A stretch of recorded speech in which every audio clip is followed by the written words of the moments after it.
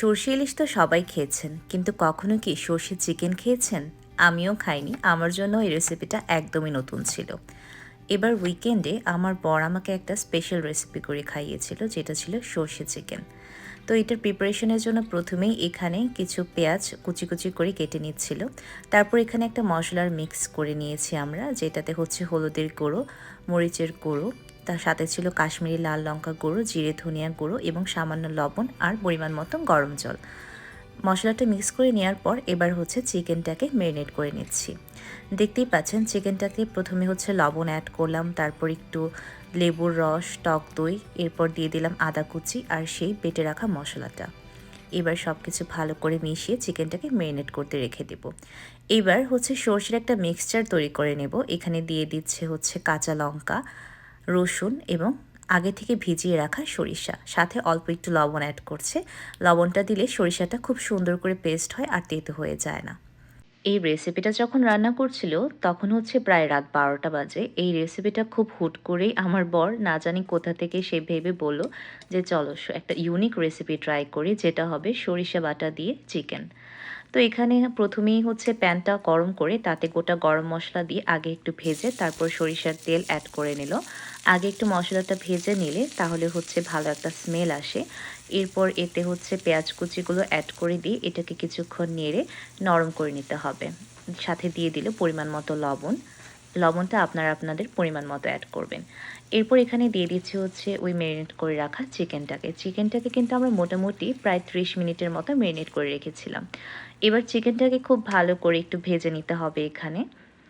আর এই যে আমাদের শেফ একদম মুজো পরে তারপর হচ্ছে রান্না করছে। এরকম গেটআপে কোনো শেফকে আমি রান্না করতে দেখিনি কিন্তু এর আগে। আর কি নিট অ্যান্ড ক্লিনভাবে রান্না করছে। আমার বর যখন রান্না করে তখন সে একদম খুব নিট অ্যান্ড ক্লিনভাবে ভালোভাবে রান্না করে। মাংসটাকে একটু ভেজে নিয়ে এটাকে কিছুক্ষণ সেদ্ধ হতে রেখে দিল। যখন মাংসটা প্রপারলি সেদ্ধ হয়ে আসবে তখন এটাকে ভালো করে একটু কষিয়ে নিতে হবে। আর এই কষানোর সময় কিন্তু ভালো করে নেড়ে নেড়ে কষাতে হবে, না হলে কিন্তু নিচে দিয়ে লেগে যেতে পারে মাংসটা। এই পর্যায়ে আগে থেকে বেটে রাখা সরিষা বাটাটা অ্যাড করে দিচ্ছি আমরা। এবার সরিষা বাটাটা চিকেনটার সাথে ভালো করে মিশিয়ে নিতে হবে। যখন ও এই রেসিপিটা রান্না করছিল তখন আমি চিন্তা করছিলাম এটা কি আদৌ খাওয়া যাবে নাকি এটা ফালানোই যাবে, কিন্তু তারপর লাস্ট টাইমে যখন এটা টেস্ট করলাম তখন দেখলাম এই রেসিপিটা অসাধারণ হয়েছিল খেতে। এবার এই চিকেনটাকে অল্প একটু পানি অ্যাড করে মশলাটা কষিয়ে নিচ্ছে, সাথে দিয়ে দিল দুটো কাঁচা লঙ্কা। আগে যেহেতু আমরা সরিষা বাটাতে কাঁচা লঙ্কা বাটা ইউজ করেছি সেজন্য কিন্তু এখানে মাত্র দুটো কাঁচা লঙ্কা ইউজ করছি। আর মরিচের গুঁড়োটাও চেষ্টা করেছি যতটুকু কম ইউজ করা যায় সেটুকু। এবার এই চিকেনটাকে কিছুক্ষণ ঢেকে রাখতে হবে। ঢেকে রাখলে চিকেনটায় ভালো করে সরিষার ফ্লেভারটা ঢুকে যায়। এবার হচ্ছে এটাকে আবার কিছুক্ষণ নেড়ে নিয়ে ভালো করে কষিয়ে তারপরে আমাদের ঝোলের পরিমাণ মতো পানি অ্যাড করে দিতে হবে এটাতে। এ পর্যায়ে চিকেনের সাথে সরিষার এত সুন্দর একটা স্মেল আসছিল যে যে কেউ খেতে চাইবে। আপনারা যখন ট্রাই করবেন তখন কিন্তু আপনারাও দেখবেন এই পর্যায়ে কিন্তু চিকেন থেকে খুব ভালো একটা স্মেল আসতে শুরু হয়। এবার ঝোলের পরিমাণ মতো পানি অ্যাড করে দিচ্ছি। এখানে খুব বেশি পরিমাণ পানি অ্যাড করার প্রয়োজন নেই, কারণ হচ্ছে চিকেনটা অলমোস্ট রান্না কিন্তু হয়েই গিয়েছে। জাস্ট একটু ঝোল রাখবো আমরা এটুকুই।